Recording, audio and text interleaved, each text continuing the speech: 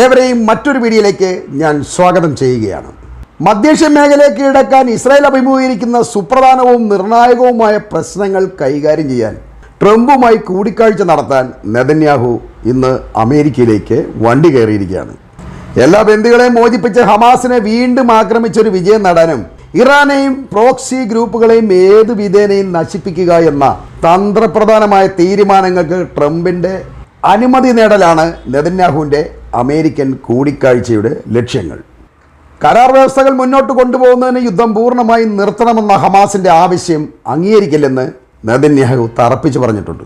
ഇരു കക്ഷികളും തമ്മിലുള്ള കരാറിലെ വിടവുകൾ ഇസ്രായേലിന് ഇപ്പോഴും സ്വീകാര്യമല്ലാത്തതിനാൽ 42 ദിവസം നീണ്ടു നിൽക്കുന്ന കരാർ കാലാവധി കഴിയുന്ന മാർച്ച് പകുതിയോടെ ഹമാസിനെ ആക്രമിക്കും എന്നുള്ളതാണ് നെതന്യാഹുവിൻ്റെ ഇപ്പോഴത്തെ നിലപാട്.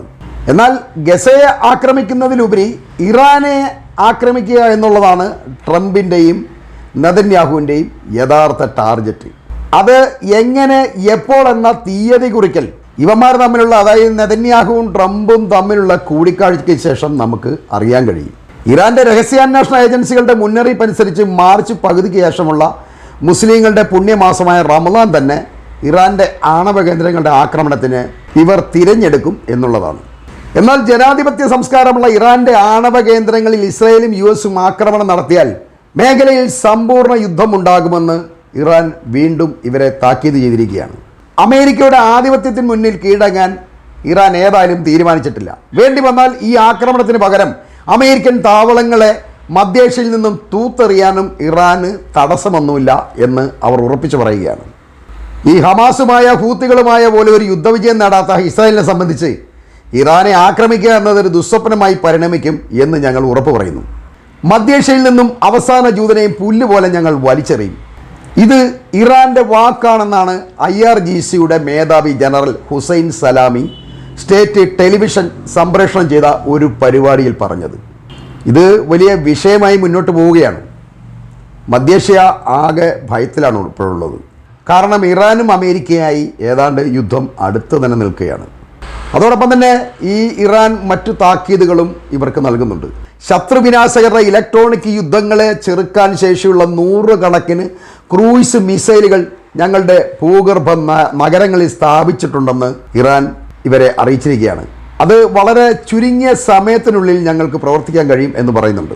ഈ മിസൈലുകൾ മാത്രമല്ല, 100 കണക്കിന് കിലോമീറ്റർ അകലെ നിന്ന് ആയുധം നൽകാനും വെടിവെക്കാനും കഴിയുന്ന സംവിധാനവും ഞങ്ങൾക്കുണ്ട് എന്നവർ പറയുന്നു. കൂടാതെ കടലിൽ നിന്നും ദൂരെയുള്ള ലക്ഷ്യങ്ങൾ തകർക്കാനും ഞങ്ങൾക്ക് കഴിയും.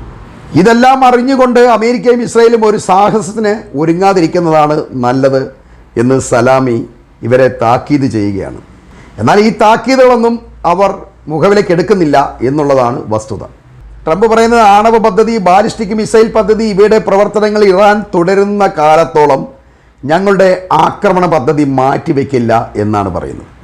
ഇതിൽ നിന്നും അവർ പിന്നോട്ട് പോവുക എന്ന് പറഞ്ഞാൽ അമേരിക്കയും ഇസ്രായേലിനെയൊക്കെ സംബന്ധിച്ച് വളരെയധികം നാണക്കേടാണ്. കാരണം അവർ അത്രയധികം അനൗൺസ് ചെയ്തു കഴിഞ്ഞു, ഞങ്ങൾ ഇറാനെ ആക്രമിക്കുമെന്നുള്ളത്.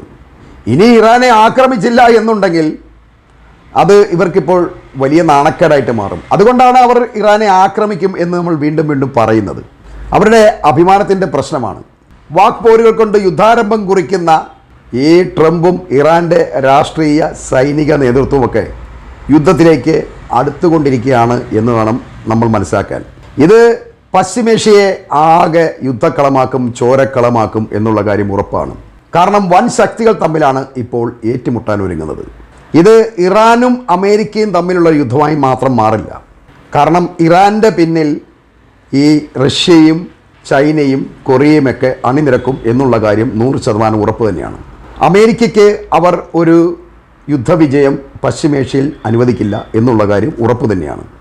ഇനി വരും മാസങ്ങളിൽ അല്ലെങ്കിൽ ദിവസങ്ങളിൽ യുദ്ധത്തിൻ്റെ സാധ്യത വളരെ കൂടുതലാണ് എന്ന് ഓർമ്മിപ്പിച്ചുകൊണ്ട് പശ്ചിമേഷ്യൻ വാർത്തകളുടെ പുതിയ ഈ എപ്പിസോഡ് ഞാൻ ഇവിടെ അവസാനിപ്പിക്കുകയാണ്.